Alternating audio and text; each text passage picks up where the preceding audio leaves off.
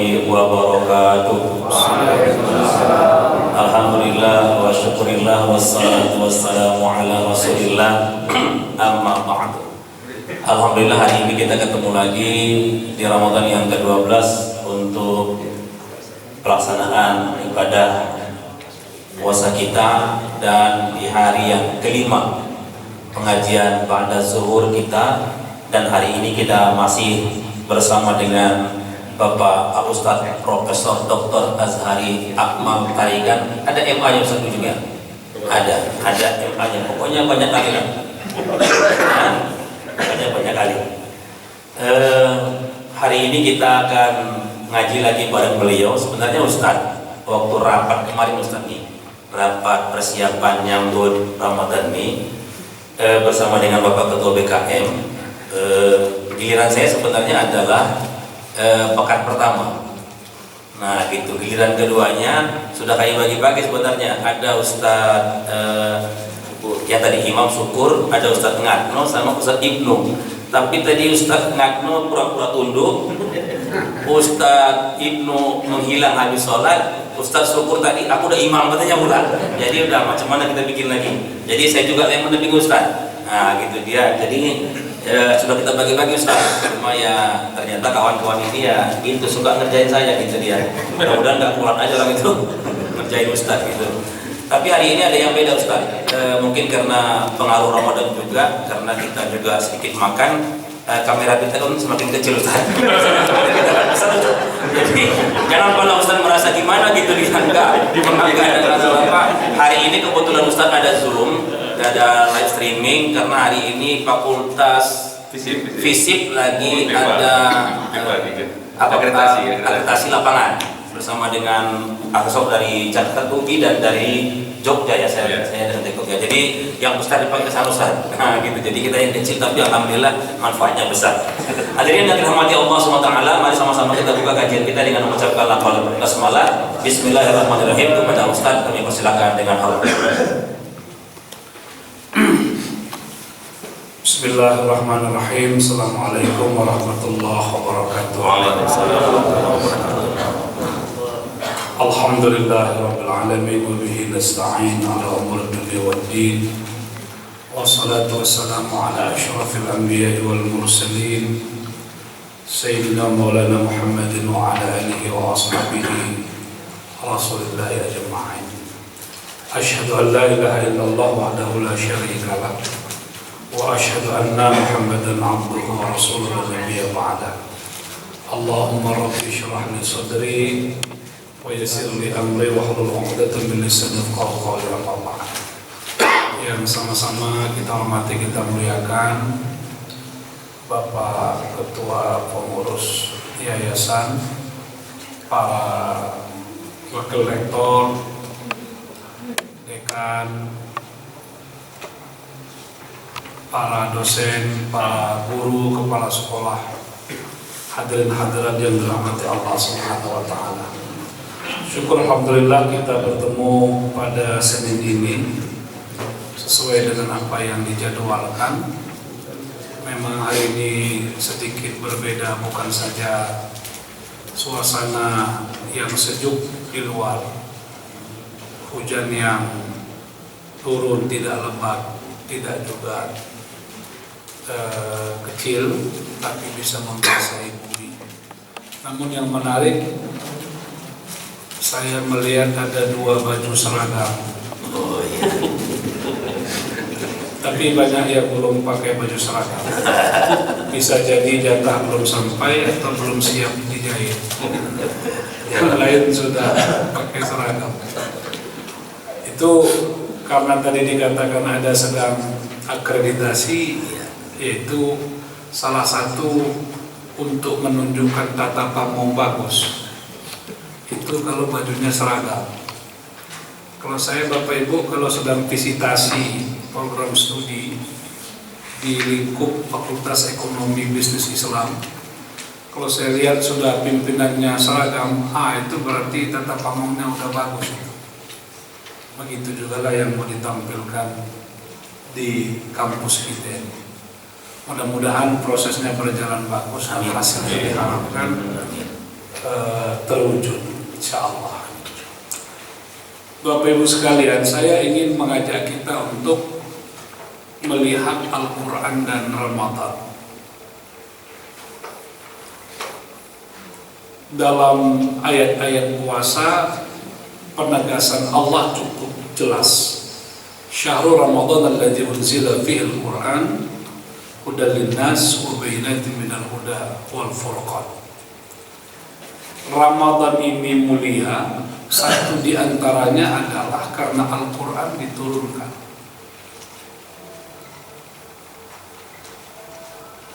Kita memperingati nuzulul Quran. Sayangnya, nuzulul Quran itu bergeser menjadi seremonial. Padahal pada awalnya nuzulul Quran itu, turunnya Al-Quran itu maknanya adalah revolusi. Al-Quran itu merevolusi kehidupan bangsa Arab hampir total, yang dirubah oleh Al-Quran. Apa yang dirubah Al-Quran itu? Mindset dan culture set, cara berpikir, cara budaya. Itu yang dirubah Al-Quran. Yang paling nyata sekali di awal yang digeser Al-Quran itu adalah cara pandang orang Arab kala itu terhadap harta, terhadap pengelolaan harta setelah tauhid. Jadi tauhid itu yang pertama digeser oleh Al-Quran, dirubah oleh Al-Quran. Yang kedua, persoalan harta yang kaitannya dengan kesenjangan sosial. Kalau kita perhatikan ayat-ayat Makkiyah yang turun, misalnya Alhaakumut Takatsur hatta zurtumul maqabir, itu kan satu gambaran masyarakat Arab yang at-takatsur. At-takatsur itu berlomba-lomba untuk memperbanyak harta, untuk mengejar jabatan. Kalau dalam tafsir Jalalain itu bikasratil aulad wal amwal, memperbanyak anak, tapi anak laki-laki, karena itu menjadi lambang kekuatan. Berlomba-lomba untuk itu. Tetapi bagi mereka, untuk apa mengejar harta sedemikian rupa? Karena harta itu nanti akan ikut mendongkrak status sosialnya, akan ikut menopang kekuatannya. Pada ayat yang lain Allah berfirman, wailul likulli humazatil lumazah alladzi jama'a malau. Dia kumpulkan harta, wa'adana, dan dia hitung-hitung. Yahsabu anna malahu akhladahu. Dia menyangka hartanya itu dapat mengekalkannya. Apalagi yang dikritik Al-Quran itu, harta tidak sama sekali memiliki fungsi sosial. Maka mereka menghardi anak yatim, maka mereka tidak menganjurkan memberi makan orang miskin. Apalagi yang digambarkan Al-Quran, mereka berharap harta orang pindah kepada dirinya. Pada saat yang sama, mereka juga amat sangat kikir. Inilah mindset orang Arab kala itu ketika melihat harta. Kehadiran Al-Quran itu merubah mindset itu, merubah culture set itu. Kenapa? Kalau mindset tidak berubah, sebenarnya perubahan tidak pernah terjadi apapun. Saya masih ingat dulu guru saya, almarhum Profesor Fadil Lubis, itu selalu bilang begini, merubah fisik itu mudah, merubah wajah kampus itu mudah. Kita bisa bangun kampus dengan gedung yang mewah, dengan fasilitas yang hebat, itu nggak susah. Itu persoalannya adalah uang aja, ada nggak dananya, ada nggak uangnya. Tapi merubah mindset warga kampusnya, mereka sadar betul sebagai insan akademik, itu paling berat. Kalau merubah fisik gampang. Ada gadis kampung, karena gadis kampung ya bisa jadi penampilannya kan memang sederhana. Dimasukkan ke salon, dimasukkan ke butik, dia akan keluar menjadi gadis sosialita, menjadi wanita sosialita. Dari sisi penampilan nggak ada susahnya itu. Menata wajahnya, menata rambutnya, menata pakaiannya gampang sekali. Karena yang dirubah adalah fisik. Tapi apakah mindsetnya itu ikut bergeser? Apakah budayanya ikut bergeser? Nanti dulu. Itu bukan persoalan, bukan pekerjaan 1-2 hari. Saya tidak usah sebut daerahnya ya Bapak Ibu. Nanti Bapak Ibu tahu sendiri. Di ujung selatan ada sebuah masjid yang besar. Besar masjidnya. Megah, cantik. Ketika baru diresmikan, semua keran-keran air itu bagus, rapi. Ketika digunakan apa yang terjadi? Tak paham orang untuk ketika membuka keran air, setelah dia gunakan untuk berwudu seharusnya dia tutup lagi. Tapi keran air itu semuanya terbuka. Kenapa bisa begitu? Karena memang dalam hidupnya selama ini mereka mandi di pancuran, menyuci di pancuran, berwudu di pancuran, dianggapnya lah air pet di masjid itu sama dengan air pancuran, nggak ditutup, ya udah mengalir saja sedemikian derasnya itu. Kenapa? Masjidnya bisa besar, bisa megah, tapi mindsetnya nggak berubah. Makanya ada cerita Prof. Fadil itu yang lucu, waktu beliau jadi dekat, dia panggil cleaning service. Dia bilang begini, kenapa WC-WC kita ini bau? Kata cleaning service-nya, Bapak ini aneh. Yang namanya WC bau, Pak, mana ada WC yang wangi? Ya bau, ya bau. Prof. Fadil nggak marah, dia tersenyum saja. Apa ini masalah?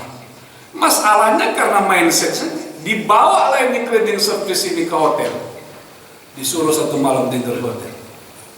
Begitu dia di hotel, apa yang kesan yang dia tangkap dengan kamar mandi? Di kamar mandi itu dia tidur. Begitu dia duduk, dia tidur. Kenapa? Ternyata ada kamar mandi yang harum, ada kamar mandi yang wangi, ada kamar mandi yang bersih. Tapi karena pengalamannya selama ini tidak pernah berhadapan dengan hal-hal seperti itu, terbentuklah cara berpikirnya yang namanya toilet, yang namanya WC, yang namanya itu pasti bau. Padahal tidak. Jadi Bapak Ibu sekalian, ini penting sekali ya, betapa merubah mindset itu yang paling berat. Tapi kalau itu berhasil dilakukan, maka perubahan ke arah yang lebih besar lagi itu menjadi mungkin untuk terjadi. Nah, Al-Quran hadir tidak merubah fisik itu, karena fisik itu akan mengikut. Yang dirubah Al-Quran adalah bagaimana seharusnya melihat harta, bagaimana seharusnya umat Islam itu memandang harta. Maka disinilah nanti kita temukan pada ayat-ayat berikutnya, Al-Quran menggeser cara pandang kita terhadap harta. Dari semula dia menjadi ghoyah, menjadi tujuan, menjadi harta hanya sebatas wasilah, media, sarana. Karena Bapak Ibu, efek dari menempatkan harta sebagai tujuan hidup itu yang terjadi adalah kesenjangan-kesenjangan sosial. Makanya struktur masyarakat Arab kala itu ada borjuis, ada proletar, ada orang kaya, ada orang miskin, ada pemilik modal, ada buruh, ada budak. Kenapa ada sosok Ammar bin Yasir? Kenapa ada sosok Bilal bin Rabah? Kenapa ada sosok budak-budak yang lain? Karena memang ada pemilik modalnya yang bisa membeli manusia kala itu. Kesenjangannya luar biasa. Nanti kita bisa pahami kenapa kafarat dalam Islam itu satu diantaranya adalah memerdekakan budak. Ya kalau ada orang yang keterusan lalu bersetubuh di siang Ramadan, kan dia wajib bayar kafarat. Ada pilihan, salah satunya memerdekakan budak. Karena memang itu ada disparitas kesenjangan antara orang kaya, orang miskin, antara pemilik modal dengan budak itu sangat kental pada masyarakat awal Islam. Inilah yang dirubah oleh Al-Quran. Bagaimana cara Al-Quran merubahnya itu? Yang pertama, Al-Quran mengatakan bahwa harta itu adalah amanah, harta itu adalah titipan, harta itu adalah wasilah, sarana untuk mencapai tujuan yang lebih besar lagi. Jadi Al-Quran itu mengatakan harta itu menjadi media untuk menghantarkan kebaikan-kebaikan yang lebih luas. Itu satu yang dirubah Al-Quran. Yang kedua, Al-Quran mengatakan bahwa pada diri kita itu bukan terminal harta. Selama ini orang menjadikan dirinya sebagai terminal harta. Tidak, kita itu hanya sekedar tempat transit. Kalau Allah berikan rezeki Bapak Ibu, jangan pahami semua yang diberikan Allah itu hanya untuk kita. Tidak. Kita hanya disuruh pakai yang engkau perlukan, simpan sedikit yang engkau gunakan, lalu selebihnya engkau salurkan ke tempat-tempat lain lewat jalan-jalan yang telah ditentukan Allah. Siapa yang menjadikan dirinya sebagai terminal harta, maka hartanya akan memukul balik dirinya. Itulah yang kita sebut dengan hukum masuk keluar. Bukan hukum keluar masuk, ya hukum masuk keluar. Ada yang masuk, ada yang keluar, ada yang masuk, ada yang keluar. Itulah mekanisme pada tubuh kita ini. Kita makan, kita minum, ada yang masuk, besok ada yang keluar. Kalau masuk keluarnya berjalan bagus, kita jadi sehat. Tapi kalau ada yang tersumbat, ada yang masuk, nggak ada keluar, nggak ada yang masuk, nggak ada yang keluar, itu menjadi penyakit. Saya Bapak Ibu pernah itu waktu usia 35 tahun itu saya masih ingat.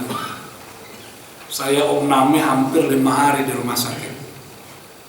Datang kawan-kawan menjenguk, menjelaskan penyakit awak pun malu awak. Tak keren kali penyakit itu. Maunya kalau awak Name kan penyakit itu agak keren sih. Ini nggak keren. Gimana nggak kerennya? Sakit apa bang? Tak bisa buang angin. Masya Allah, payah awak menjelaskan. Persoalan nggak bisa buang angin, Name di rumah sakit. Kan gawat itu. Berarti ada mekanisme yang terganggu, ada yang masuk, nggak ada keluar, ada masuk, nggak ada keluar. Itulah akibatnya. Makanya kita berbahagialah itu kalau ada yang masuk, ada yang keluar, alhamdulillah. Makanya kan ada kata orang apa namanya? Kadang-kadang kesehatan lebih penting dari kesopanan. Itu yang orang suka buang angin di mana saja pun tak peduli dia. Kenapa buang angin dan nengok-nengok tempat? Kesehatan lebih penting dari kesopanan. Itu pula argumentasinya. Karena dia masih bersyukur bisa buang angin sedemikian rupa. Nah itu Bapak Ibu sekalian, itu hukum keluar masuk itu. Kalau kita masuk harta, dapat gaji, dapat honor segala macam, tidak kita keluarkan pada jalan-jalan yang ditentukan Allah. Percayalah, ada hukum harta itu, dia akan keluar dengan caranya sendiri. Ada saja. Aturan awak tak apalah keluar 10 juta atau 6 juta lah. Samsung A7A itu masih 6 juta sekian lah.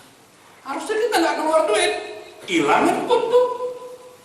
Akhirnya apa? Belilah yang baru. Akhirnya harusnya kita nggak ke bengkel, kena senggol, keluarlah duit, hilanglah dompet, macam-macam. Itulah mekanisme hukum sunnatullah pada harta. Kalau dia tidak dikeluarkan pada jalur yang telah ditentukan Allah, maka harta itu akan mencari jalan keluarnya sendiri dengan caranya sendiri. Oleh karena itu Bapak Ibu, kalau kita mengalami hal yang demikian ya, koreksinya dua saja.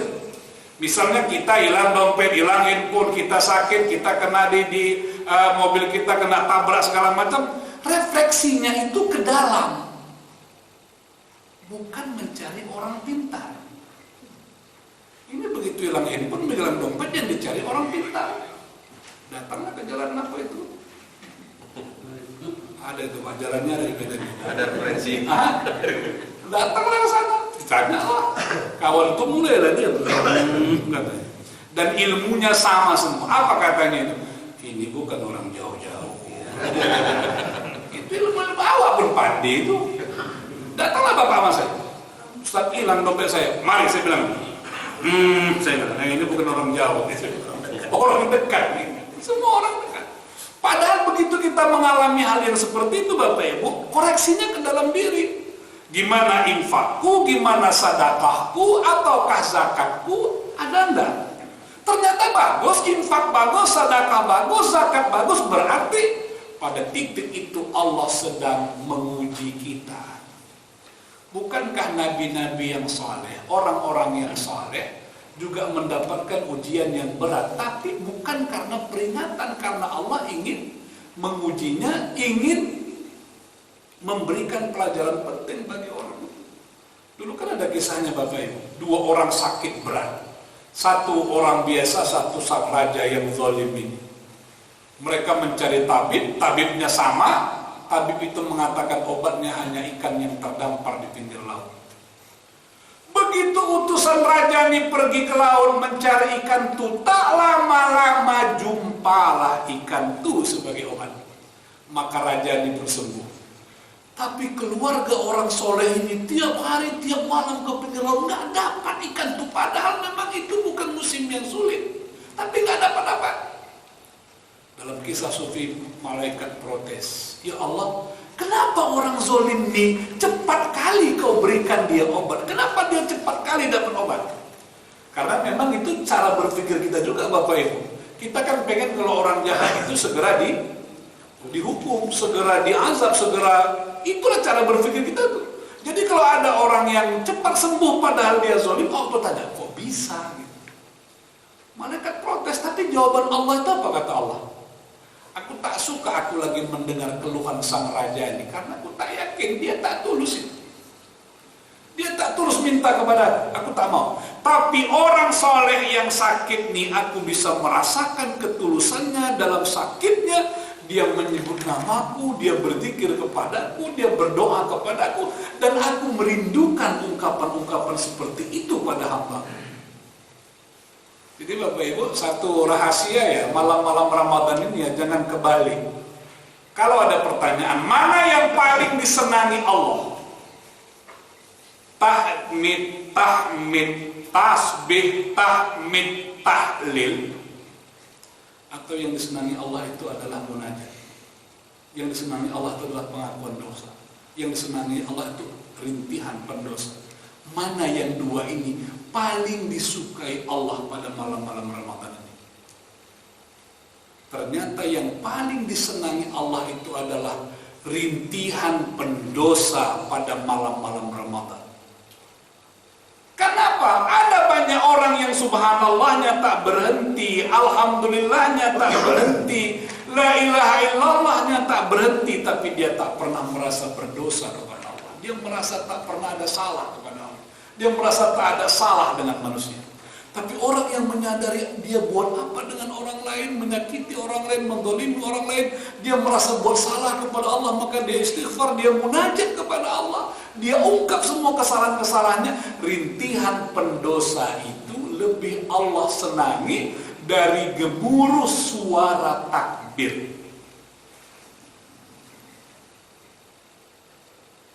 Jadi Bapak Ibu, bahkan Imam Fakhrul Razi menyatakan salah satu syarat untuk mendapatkan malam qadar itu adalah orang yang bermunajat pada malam-malam Ramadan.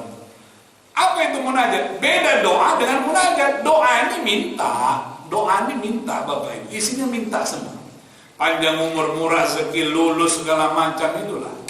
Itu kalau doa Pak Lukman dengan Pak ini kan doanya lulus. Sama doanya itu. Itu minta gitu. Itu minta. Tapi kalau munajat Pak, dia nggak minta, dia hanya koreksi dirinya, ya Allah. Banyak kali nikmat yang kau berikan kepadaku, tapi aku lupa bersyukur kepadamu, ya Allah. Oleh karena itu Bapak Ibu, kita belajar kepada Abu Nawas. Abu Nawas itu adalah contoh munajat yang paling bagus. Ilahi lastulil firdausi ahla wal aqwa ala naril jahim. Ya Allah, aku ini tak layak dengan surga firdausmu, tapi aku pun tak kuat dengan neraka jahanammu. Apa tak bingung Allah menengoknya itu? Apanya kawan ini? Surga tak kuat, apa neraka tak kuat, tapi dia merasa surga tak layak bagi dirinya. Itulah munajat itu. Saya sampai sekarang belum dapat Bapak Ibu. Kalau ada Bapak yang dapat, kita bisa berbagilah di mana referensinya. Tapi di media sosial itu viral tentang Abu Nawas yang katanya Imam Syafi'i tidak mau mensolatkannya. Kenapa? Masuk dalam kategori fasik, masuk dalam kategori zalim. Tapi ternyata ditemukanlah dalam kantong celana atau dalam gamisnya Abu Nawas sepucuk syair yang menggetarkan kolbu Imam Syafi'i, yang akhirnya dia mensolatkan Abu Nawas. Tapi saya harus jujur mengatakan secara akademik saya tidak menemukan referensinya, tapi itu viral.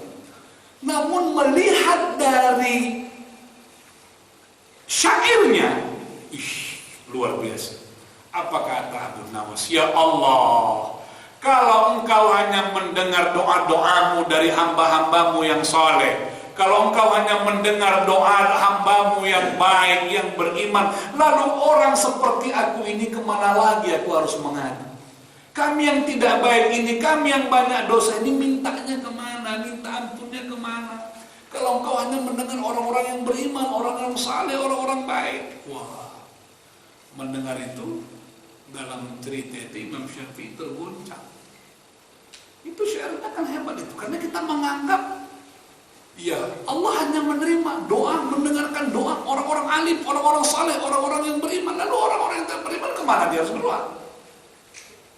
Dia juga membutuhkan perlindungan Allah Subhanahu wa Ta'ala. Bapak Ibu sekalian, kembali ke kaji kita tadi, kita transit, bukan terminal harta, transit harta dan dia akan berjalan. Makanya banyak ayat-ayat Quran yang mengatakan jadilah kita ini menjadi tangan yang dipinjam Allah untuk menyalurkan harta itu. Man dalladzi yuqridullaha qardan hasanah, may yashfa' syafa'atan hasanah. Siapa yang menjadikan dirinya wasilah bagi sampainya kebaikan, itu sesuatu yang luar biasa. Yang ketiga, yang dirubah oleh Al-Quran itu adalah zakat, infak, sedekah itu merupakan investasi, bukan kos. Ya, bukan kos. Saya tidak tahu Pak, di Masjid As-Salam ini di mana ada kota infak? Ada, tapi nggak berjalan Ustaz. Artinya nggak kita jalankan. Oh, nggak jalan. Di ditaruh depan. Pernah dibongkar? pernah. Berapa isinya? Agak lumayan sedikit lah.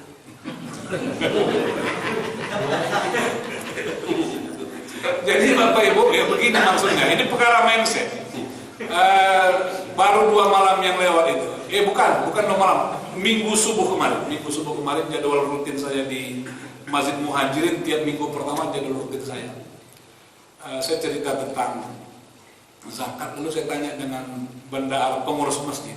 Sekarang masjid kita ini, kota infak ini, saya bilang, uang yang paling banyak uang berapa? Jawaban mereka, yang paling banyak sekarang adalah uang 50.000. Itu menunjukkan mindsetnya sudah bergeser, sudah ke arah bagus. Ya, kemarin juga ada kuliah zuhur. Zuhurnya saya kuliah di sebuah masjid di daerah Medan Perjuangan. Itu jujur pula pun pengurusnya. Pak, berapa isi kota infak kita ini? Yang paling banyak uang berapa? Dibilangnya uang 2.000. Yang paling banyak. Dia jujur. Kenapa basi 2.000? Mindset belum berubah. Kenapa Bapak Ibu? Ada banyak orang beranggapan zakat, infak, sedekah itu dipahami sebagai kos, sebagai biaya. Bukan dipahami sebagai investasi. Kenapa kita bisa harus beli rumah di tempat A, di tempat B, atau kita beli emas kita simpan? Karena kita berpikir masa depan, ada investasi kita di masa depan. Tapi dalam konteks agama, kenapa cara berpikir itu tidak dibawa? Buktinya apa? Yaitu tadi. Kenapa jumlah infak kita itu, jumlah sedekah kita itu masih dalam jumlah yang kecil? 2.000, paling banter 5.000. Kira-kira ya, kalau ini cerita real. Ada teman yang dia merasa di dompetnya ada uang 305.000. Masuk dia masjid pada hari Jumat, lewatlah jalan kota infak. Begitu di depannya, dalam bayangannya di dompetnya masih ada uang 5.000. Ditariknya dompet, agak besar dibukanya sedikit. Kiri kanan orang udah lihat semua dirinya. Begitu dibukanya nggak nampak uang 5.000. Dia lupa yang 5.000 tadi udah dibayarnya parkir. Dia pun baik hati, nggak mau lagi dia minta balik. Udahlah 5.000. Begitu tengoknya, kenapa tinggal 3 lembar rasa 1.000? Lama dia nimbangnya, Pak. Cuman menggelentarlah menarik 100.000 itu untuk masuk kan, karena bukan itu mindsetnya. Kita hanya memilih yang paling kecil dari uang kita untuk dimasukkan ke kota Karena kita menganggap itu kos, tapi kalau kita memahami itu investasi, orang tidak akan pernah mau kecil kalau berinvestasi. Sama kan dengan cerita 10 ekor burung di sebuah dahan kena tembak, jatuh satu, tinggal berapa burungnya? 1, bukan 9, yang 9 terbang. Bapak punya uang 100.000, masuk kota infak 10.000, uangnya tinggal berapa? 10.000. Yang 90.000 nggak jelas. Sempurna berapa sebungkus? Udah 32.000. Nanti beli paket, beli pulsa untuk ngerjai orang, udah habis itu semua. Yang tetap di sisi Allah tuh hanya 10.000. Jadi Bapak Ibu, kalau dipahami sebagai investasi, orang akan berupaya untuk memberikan yang terbaik. Paling tidak dia tidak ambil yang paling bagus. Oke Bapak-Bapak, ini Ramadan, Ibu, saya ingin ajak kita berefleksi. Kita hitung ya secara matematis ya. Kalau saya sekarang usia saya 50 tahun, saya mulai bekerja sudah bisa menghasilkan uang pada saat usia saya 20 tahun.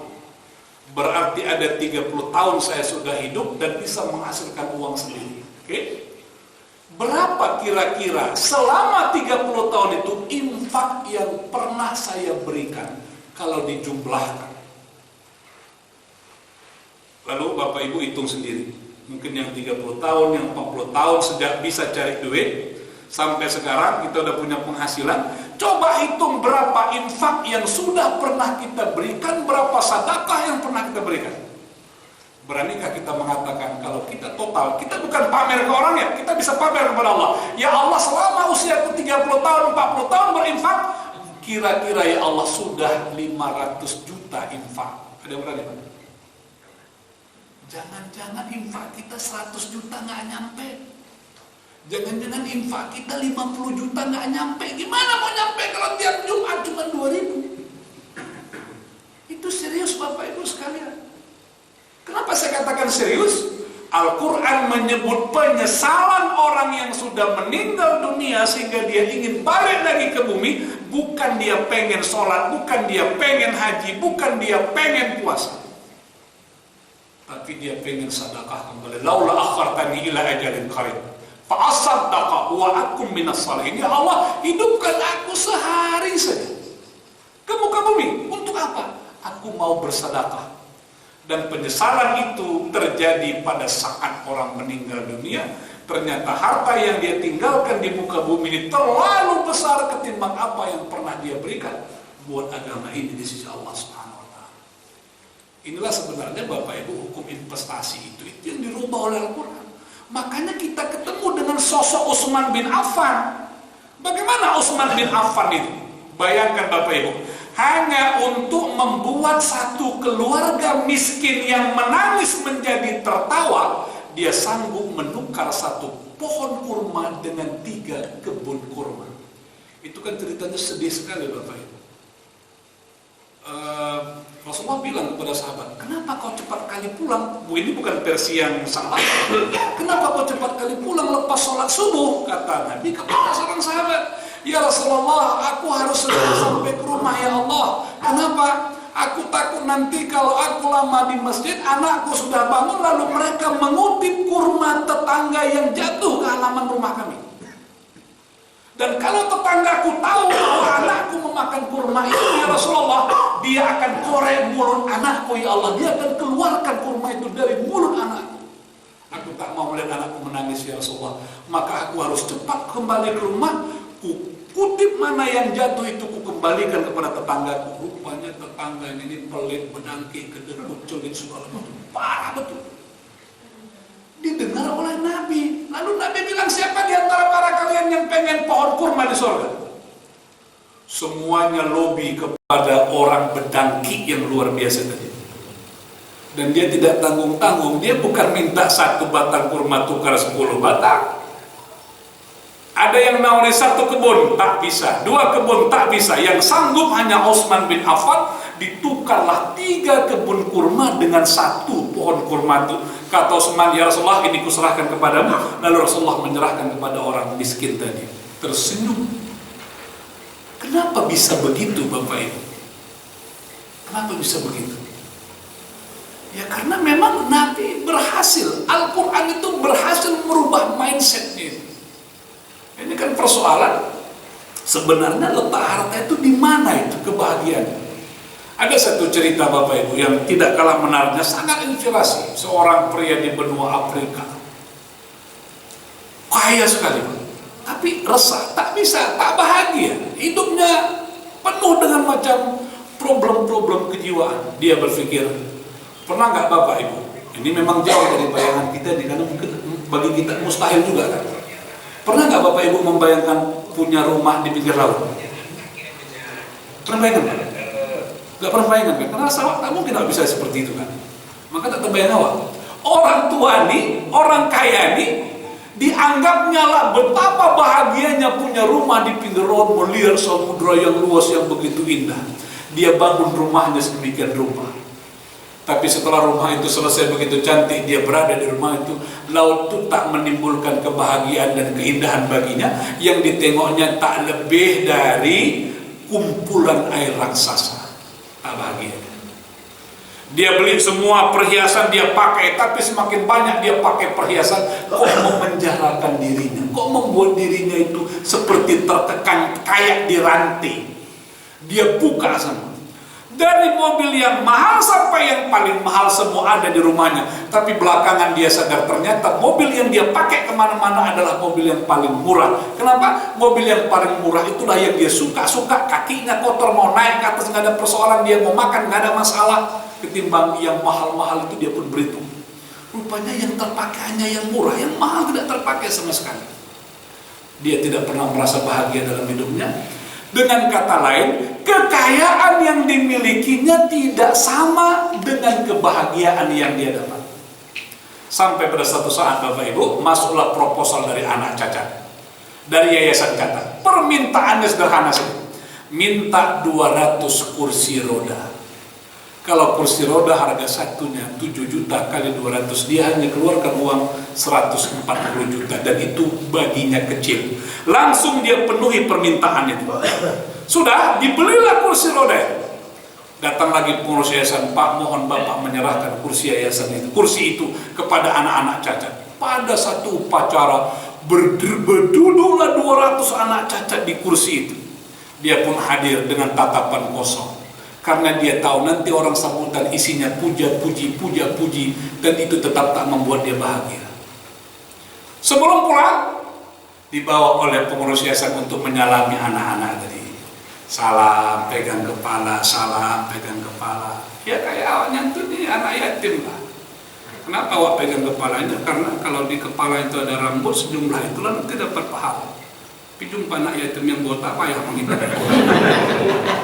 Hitung Pak, sampai anak ke-200 salaman, ternyata anak ini tak melepaskan tangan bapak itu, dipegangnya erat-erat. Lalu bapak ini berbalik, dia tunduk, ada apa kan? Apakah ada kebutuhanmu yang lain? Apa yang kau inginkan? Ku penuhi semuanya pada saat ini juga. Anak itu berkata, Bapak, tidak Bapak, sudah cukup yang Bapak berikan. Saya hanya ingin melihat wajah Bapak lama-lama, supaya nanti saya tidak sulit mencari Bapak di surga. Wah, begitu dengan kalimat itu Bapak Ibu sekalian, orang kaya ini menangis. Dia tidak pernah menangis pada saat itu, dia menangis sejadi-jadinya dengan ungkapan, saya hanya ingin nanti di surga bisa juga melihat wajah Bapak, saya tidak lupa. Kira-kira begitulah isi. Dipeluknya anak ini, semua dipeluknya Pak. Akhirnya sejak saat itu dia menemukan kebahagiaan. Di mana letak kebahagiaannya itu? Kembali lagi kepada kaji awal, hidup yang bermanfaat, hidup yang bermakna bagi orang lain. Jadi bukan pada pemilikan itu, tapi bagaimana dia bisa bermanfaat. Nah, saya Bapak Ibu setelah membaca kisah ini merenung, apakah kita pernah punya pengalaman yang sama, apapun jenisnya? Pada tingkat mana kita yang pernah merasa amat sangat berbahagia dalam hidup? Tapi hati-hati, bahagia tidak sama dengan kesenangan. Kesenangan itu biasanya temporer, ya. Tidak sama juga dengan kesuksesan. Kesuksesan itu ukurannya adalah kita bisa meraih apa, itu sukses. Bisa dapat doktor itu sukses, bisa jadi rektor itu sukses, bisa jadi dekan itu sukses. Ada yang diraih. Kesenangan itu apa? Bersifat fisik. Maka tampilannya juga fisik. Dan dia bisa hilang, hari ini senang, besok nggak senang lagi. Tapi bahagia itu tidak. Dia sesuatu yang permanen pada saat orang menemukan kebahagiaan dirinya seperti apa. Orang ini menemukan kebahagiaan itu pada saat dirinya merasa bermanfaat bagi orang lain. Jadi Bapak Ibu sekalian, nah, memahami bahwa harta itu adalah investasi, maka apa yang pernah kita berikan, apa yang pernah kita keluarkan, itu bukan sesuatu yang sia-sia. Bukan sesuatu yang sia-sia, bukan sesuatu yang percuma, tetapi dia akan tetap hadir di sisi Allah Subhanahu wa Ta'ala. Pak Warek, kita udah punya UPZ belum? Di sini. Di sini. UPZ belum ada. Belum ya? Sudah ada dari bangsa peduli. Oh iya. Saya kira itu penting untuk membentuk UPZ. Kalau UPZ di perguruan tinggi itu nanti biasanya dia ke Basnas pusat, ke Basnas provinsi. Ya, UPZ itu penting. UPZ ya. Dharma Wangsa punya UPZ, unit pengumpul zakat. Apa maknanya itu? Itu hadisnya kuat sekali. Tukhadhu min aghniyaihim wa turaddu ila fuqaraihim. Karena kita bekerja di sini, mencari nafkah di sini, dapat penghasilan di sini, untuk zakatnya kita kembalikan lagi kemari. Tukhadhu min aghniyaihim, diambil dari orang-orang kaya mereka dan dikembalikan kepada orang-orang yang susah di antara mereka. Tapi dalam konteks zakat ini Bapak Ibu, saran saya jangan hitung nitu. Jangan hitung nitu. Kalau kita hitung bersih, nanti nggak pernah kita berzakat. Hitung aja brutonya, hitung aja kotornya. Berapa yang dapat penghasilan? Nggak usah dipotong biaya hidup, ini apa segala macam, nggak usah lagi. Itu satu terobosan baru. Kalau kita hitung nanti semua apa yang kita keluarkan, jangankan surplus, yang ada adalah minus. Makanya senyum kita kan hanya bisa bertahan 10 hari. Masuk hari ke-11 mulai oyong awak jalan di muka bumi. Tapi percayalah Bapak Ibu sekalian, percayalah. Karena apa yang kita berikan itu, dia akan kembali lagi. Banyak sekali hikmahnya itu. Misalnya ada hukum dalam infak, sedekah, zakat itu, bahwa sedekah tidak akan pernah berada pada masa yang sama dengan bencana atau musibah. Kalau orang yang bersedekah setiap hari, maka dia akan terhindar dari bencana. Jadi Bapak Ibu, balik ke kaji awal kita, inilah yang digeser Al-Quran itu, cara pandang terhadap harta. Akhirnya orang berlomba-lomba menjadikan harta itu sebagai media, bukan tujuan. Nanti kalau kita baca kisah Abdurrahman bin Auf, itu luar biasa ya. Abdurrahman bin Auf itu konglomerat kaya di Makkah. Tapi begitu hijrah, dia diancam oleh kerabatnya. Kalau kau pindah ke Madinah, kau bawa harta kau, awas, kau tak boleh bawa harta kau apa. Kata Abdurrahman, udah gak apa-apa, gak kalian kasih bawa hartaku, udah ambil itu. Dia tetap hijrah bersama Rasulullah. Sampai di Madinah ketemu dengan orang Ansar. Ya Abdurrahman, kau tinggal di rumah nih, kau makan apa yang kami makan? Abdurrahman, kau tengok istriku itu banyak. Mana yang kau hoji, mana yang kau suka? Bilang, ku ceraikan, tapi kawin selain. Itu betul Pak.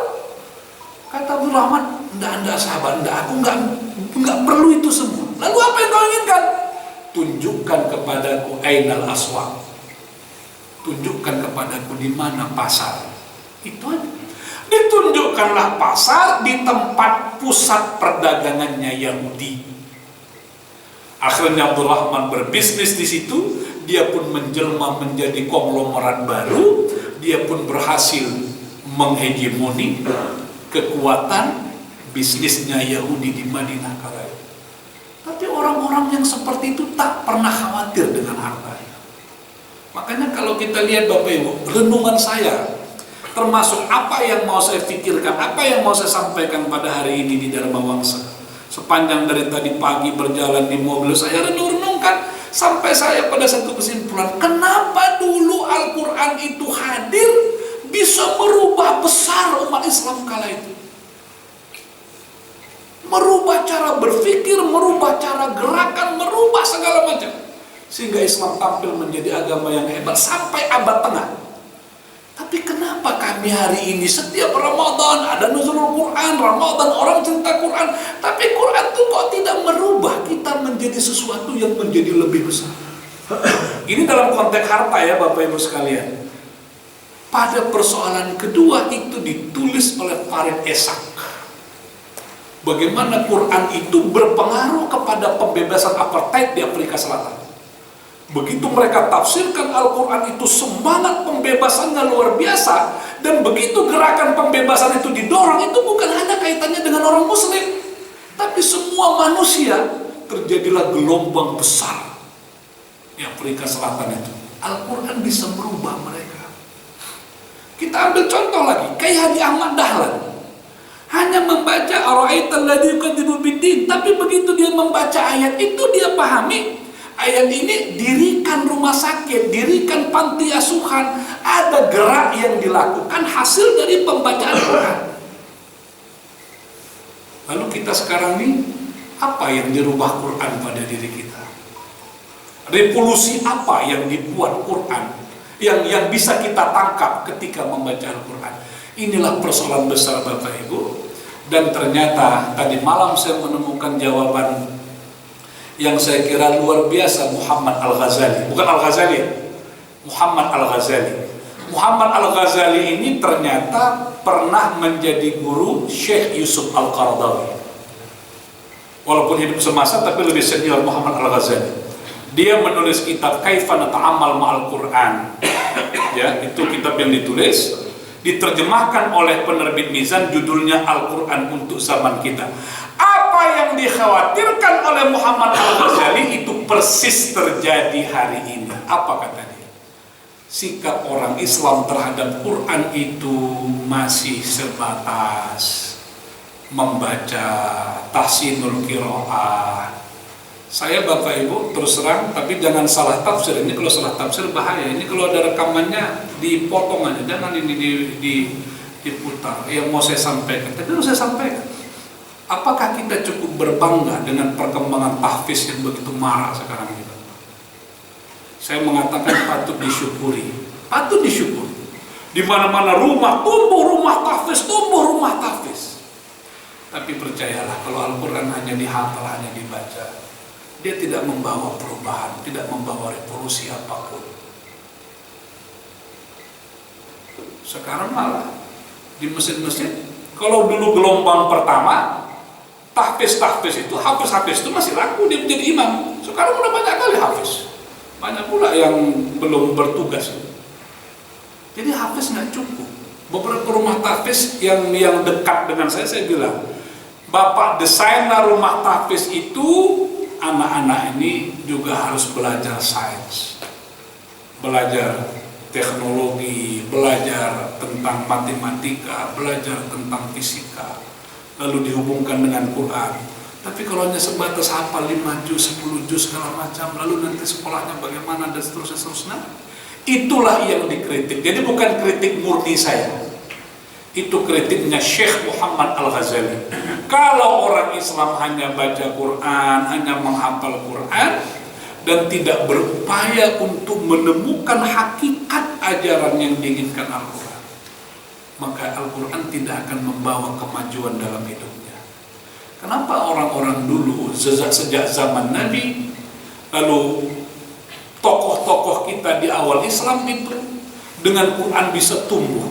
Jadi kalau nanti ditanya, ya yang paling fenomenal ya, kenapa Muhammadiyah itu bisa menjadi organisasi yang amat mandiri, yang tidak bisa ditandingi untuk hari ini di Indonesia bahkan dunia oleh siapapun? Tidak bisa nandinginya Bapak Ibu.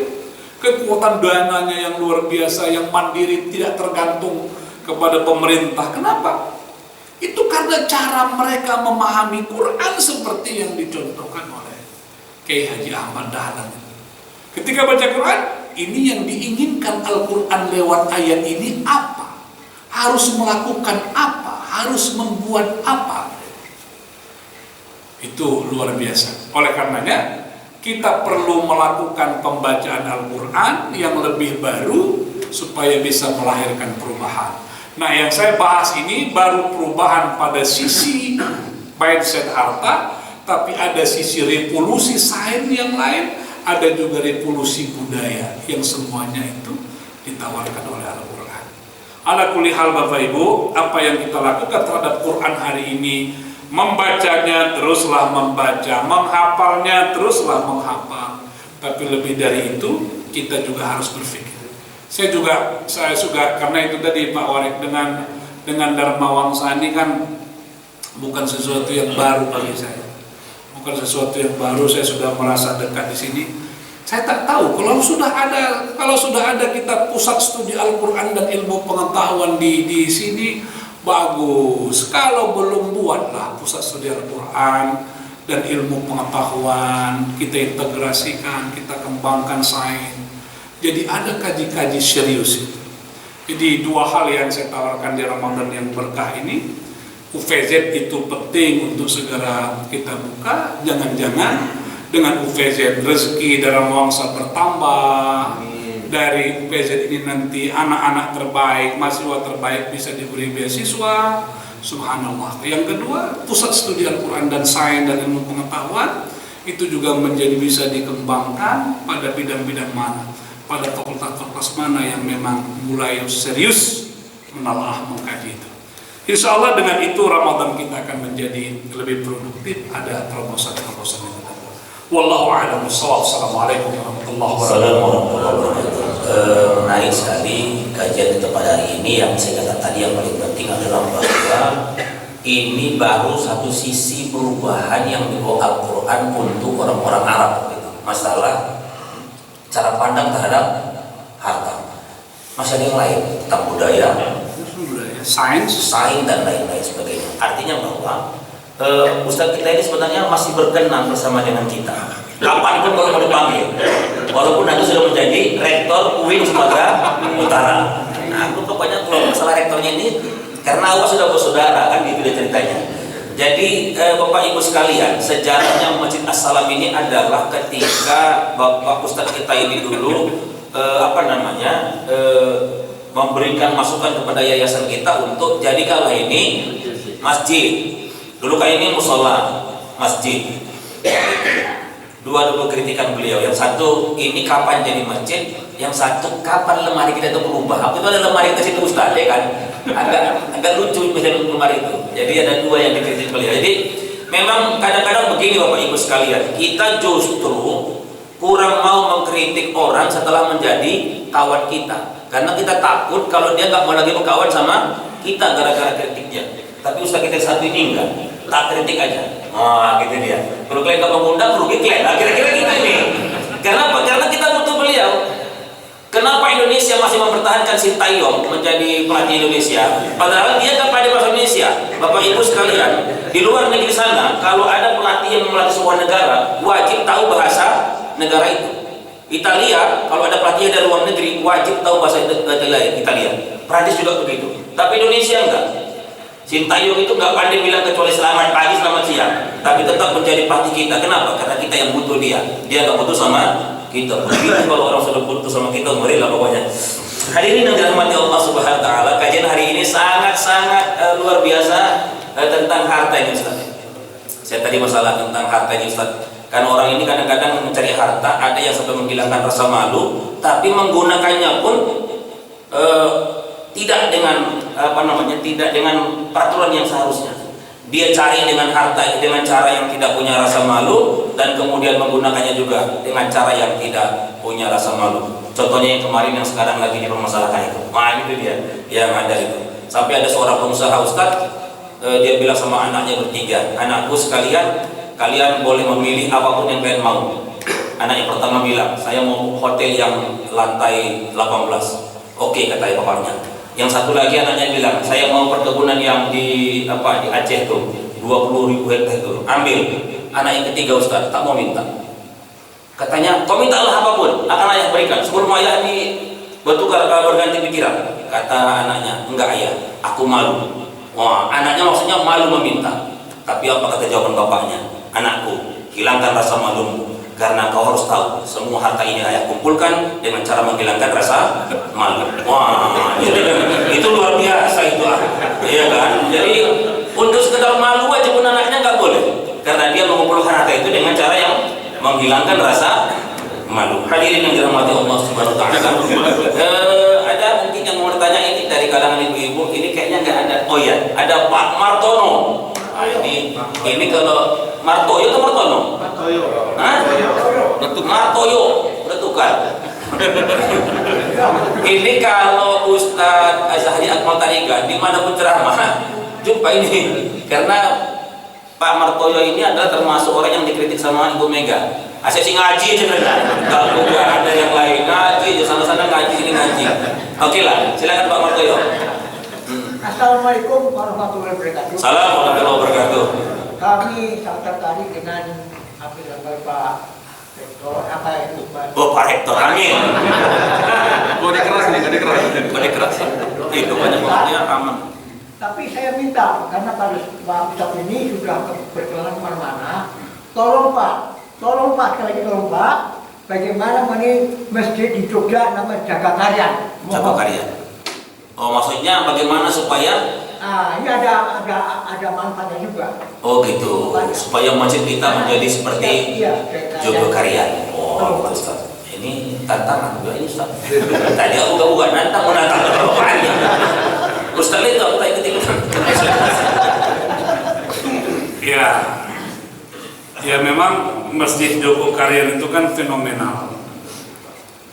Dan nama jalannya Jagakaryan.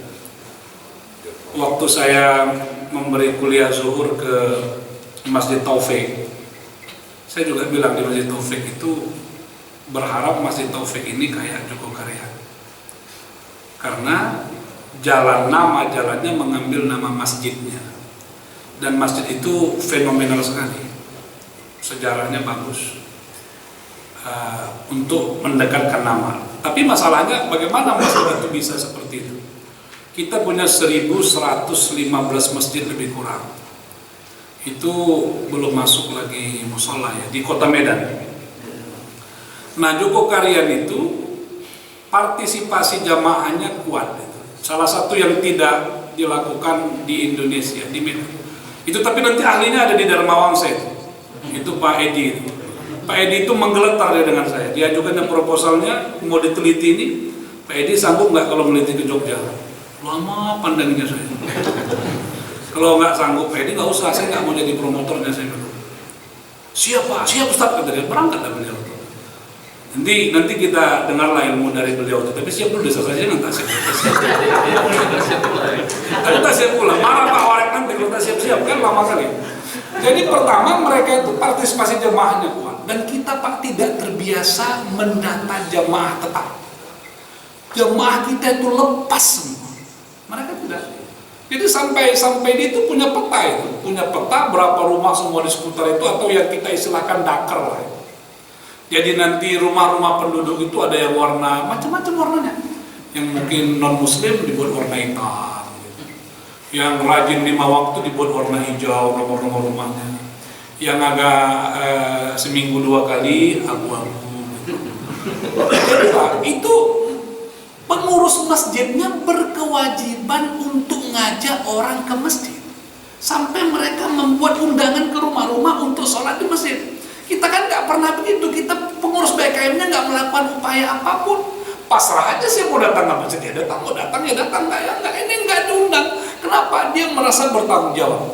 Tapi poin pentingnya Pak, dan itu berlaku juga buat kita. Tapi saya kira harus berlaku. Masjid As-Salam ini harus ada spiritnya yang lebih kuat. Spiritnya lebih kuat itu apa? Itulah yang dalam ayat memakmurkan masjid itu aqamas shalah wa atas zakat. Apa itu maknanya?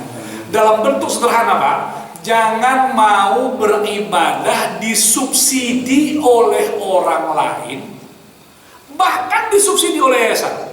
Jangan pernah mau beribadah disubsidi oleh yayasan atau disubsidi oleh orang lain. Lalu gimana caranya? Mudah saja Pak.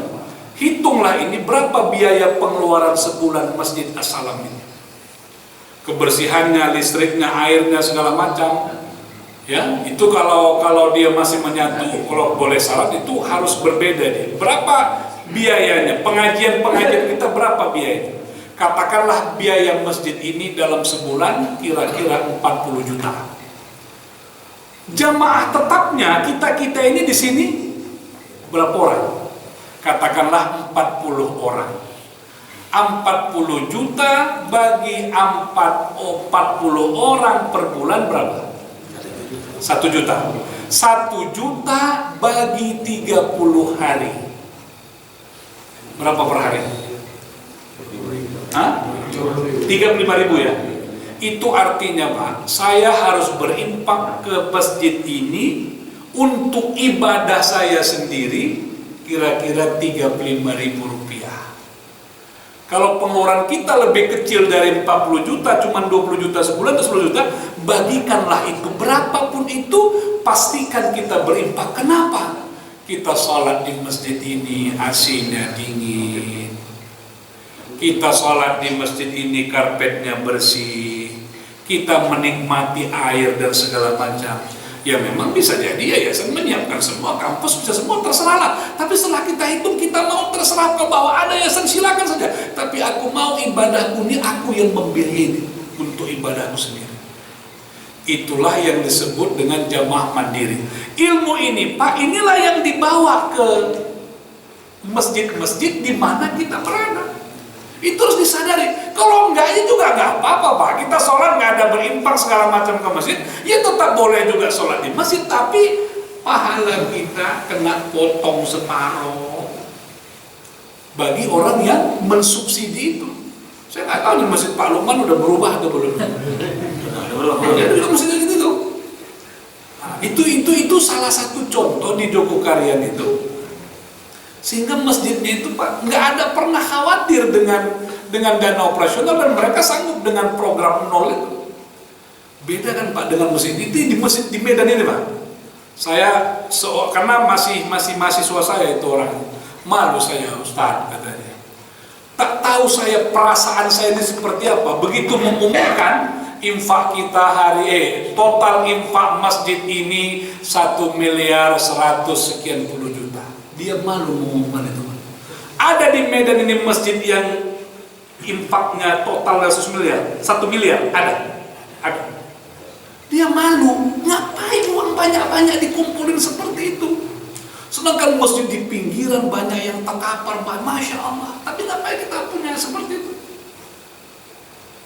Itu contoh Pak. Jadi kalau tadi Bapak mengatakan Jogokarian itu, ya memang bagus sekali kalau diterapkan. Ya salah satunya itu tadi, itu yang saya katakan spirit tadi Pak. Kenapa ada dalam ayat memakmurkan masjid, wa qama sholata wa ata zakah? Ini dua ini nggak bisa dipisahkan.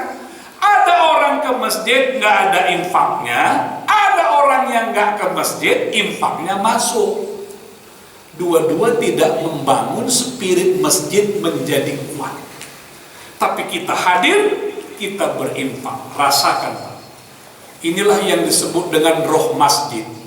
Saya harus jujur sebagai seorang akademisi, roh masjid ini istilahnya bukan dari saya juga.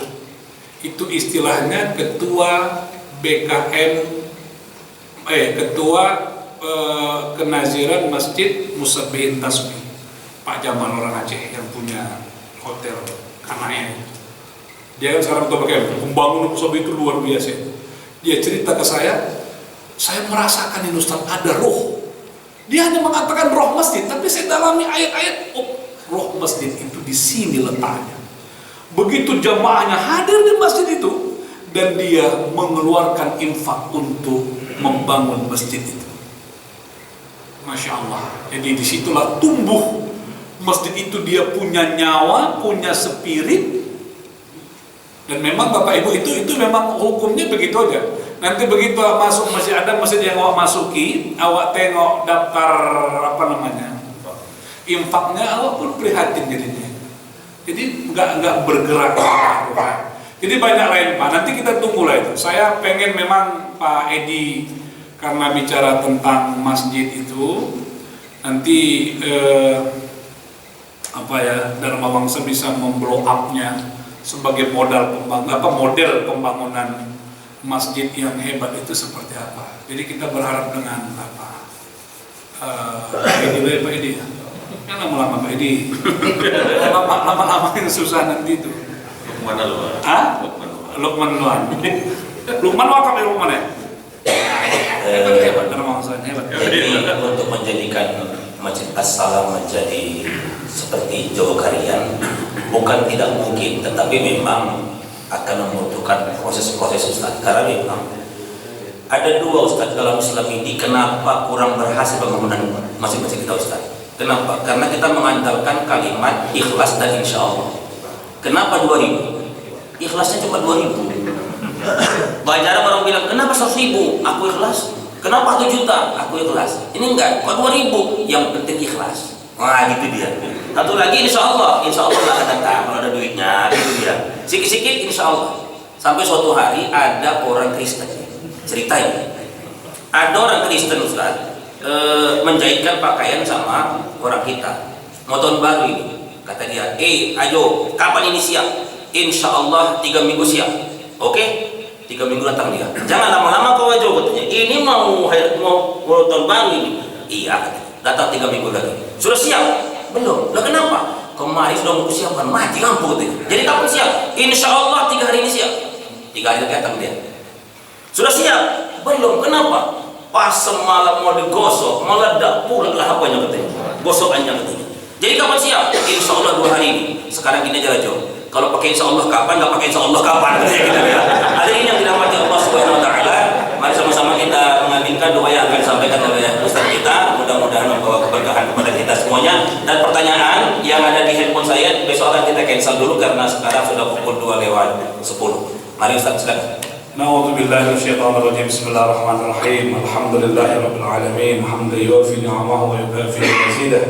Ya Rabbana lakal hamdu wa lakal syukru kama yanbaghi li jalali wajhikal karim wa 'azimi sultanik. Rabbana taqabbal minna salatana wa siyamana wa qiyamana wa ruku'ana wa sujudana wa takhashu'ana wa tadarru'ana wa ta'abbudana. Wa tammim hajatana ya Rahman wa tammim niyatana ya Rahim ya Rabbal alamin.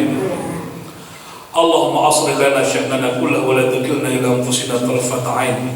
Allahumma ighfir lana dhunubana wal walidina warhamhum kama rabbawna shighara wa li jami'il muslimin wal muslimat wal mu'minina wal mu'minat bi rahmatika ya arhamar rahimin. Rabbana zidna 'ilman nafi'an warzuqna fahman kamilan wa rizqan halalan thayyiban wa 'amalan salihan wa maqbulan. Rabbana atina fid dunya hasanah wa fil akhirati hasanah wa qina 'adzaban nar. اللهم اجعل جمعنا هذا جمعا مرحوما وتفرقنا من بعده تفرقا معصوما واهدنا صراطا مستقيما وصلى الله على سيدنا محمد النبي الأمي وعلى آله وصحبه وبارك وسلم والحمد لله رب العالمين تقبل الله منا. Terima kasih Ustaz sudah hadir di sini. Jalur Ustaz ini ya cuma 2 ya Ustaz. Ya. Insya Allah akan disambung lagi pada pertemuan yang akan datang. Insya Allah bersama kita besok adalah Ustaz Haji Heriansa SHG FCMA. Sama-sama kita ramaikan Masjid As-Salam. Baik pengajian siangnya maupun buka bersama setiap maghrib di kantin kita, dan juga kita lanjutkan dengan tarawih bersama dengan ustaz-ustaz yang ada di Dharma Wangsa. Terima kasih. Assalamualaikum warahmatullahi wabarakatuh.